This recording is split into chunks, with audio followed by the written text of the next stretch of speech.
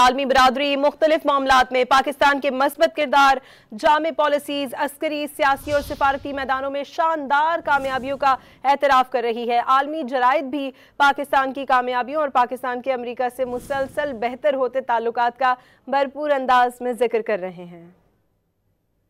پاکستان اور امریکہ کے تعلقات نئے دور میں داخل ہو گئے۔ امریکی میگزین کیرولائنا پولیٹیکل ریویو نے اپنی رپورٹ میں پاکستان کی سیاسی، سفارتی اور عسکری کامیابیوں کا اعتراف کیا۔ رپورٹ کے مطابق مئی میں پاک بھارت جنگ نے پاکستان کی دفاعی صلاحیت اور ساکھ کو مضبوط کیا۔ پاکستان نے مؤثر سفارتکاری کے ذریعے واشنگٹن کا اعتماد بحال کیا۔ امریکہ نے پاکستان کی جغرافیائی اہمیت کو مرکزی حیثیت دی۔ صدر ٹرمپ کی جانب سے کشمیر پر بات چیت کی گنجائش کے بیان سے پاکستان کے سفارتی پوزیشن کی تائید ہوئی۔ پاکستان نے سفارتی محاذ پر واشنگٹن میں بھارت کو پیچھے چھوڑ دیا۔ ایگزم بینک نے بلوچستان میں ریکارڈک میں کانکنی اور اہم معدنیات کے لیے 1.25 کروڑ کی فائنینسنگ کی منظوری دی۔ ادھر برطانوی جریدے دی ٹیلی گراف نے پاکستان نے وائٹ ہاؤس پر کیسے اثر جمایا کے عنوان سے مضمون لکھ کر پاکستان کی سفارتی وکٹری پر مہر ثبت کر دی۔ دی ٹیلی گراف کے مطابق ایبی گیٹ حملے کے ملزم کی امریکہ حوالگی ٹرمپ انتظامیہ سے پاکستان کے قریبی تعلقات کا ٹرننگ پوائنٹ ثابت ہوئی۔ امریکی کانگریس سے خطاب میں ٹرمپ نے دہشت گردی کے خلاف عملی تعاون پر پاکستان کا خصوصی شکریہ ادا کیا۔ دی ٹیلی گراف کے مطابق وزیر اعظم اور فیلڈ مارشل عاصم منیر کو اوول آفس میں براہ راست رسائی ملی۔ پاکستان کا ٹرمپ کو نوبل امن انعام کے لیے نامزد کرنا